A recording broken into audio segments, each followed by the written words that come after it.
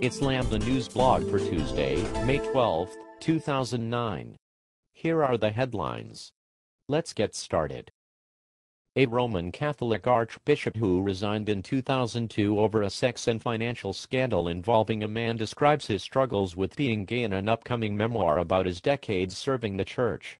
Archbishop Rembert Weekland, former head of the Milwaukee Archdiocese, said in an interview Monday that he wrote about his sexual orientation because he wanted to be candid about how this came to life in my own self, how I suppressed it, how it resurrected again. Called A Pilgrim in a Pilgrim Church, Memoirs of a Catholic Archbishop, the book is set to be released in June.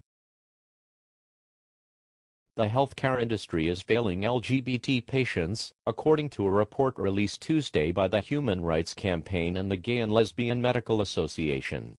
The release of the third annual Healthcare Equality Index coincides with the annual observance of National Hospital Week, while many facilities are leading the way in fairness for LGBT patients and their families. On the whole, the healthcare industry is failing to adequately address the needs of our community, said AHRC President Joe Salmanese.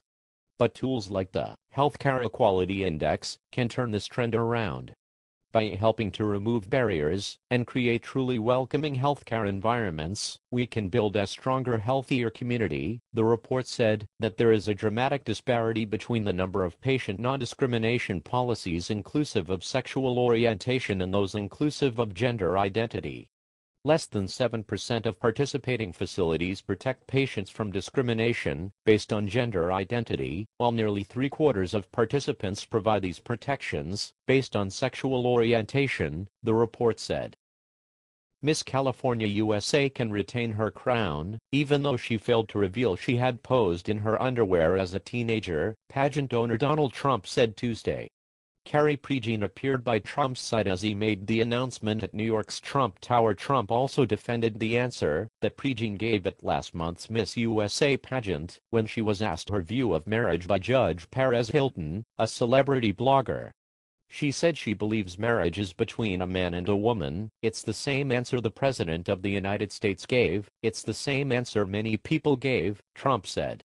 She gave an honorable answer. She gave an answer from her heart. Trump said he and other pageant officials had reviewed racy photos of Prejean and decided they were acceptable. We are in the 21st century.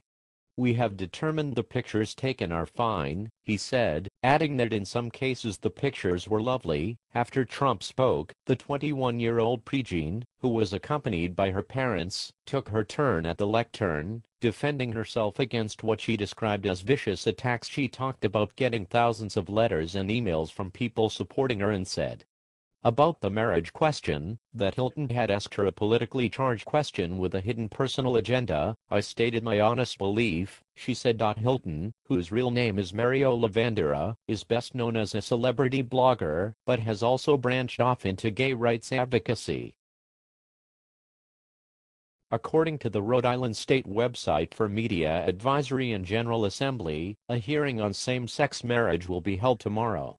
The House Judiciary Committee will hold hearings Wednesday on bills for and against marriage of same-sex couples in Rhode Island. The meeting is scheduled Wednesday, May 13, at the rise of the House session, around 4:45 p.m., in room 313 on the third floor of the State House. Scheduled for a hearing is a bill 2009 H5744, sponsored by Representative Arthur Hendy, D. Dist 18, Cranston, to broaden the definition of persons eligible to marry to include persons of the same gender. It also provides that members of the clergy would not be required to officiate at any particular marriage.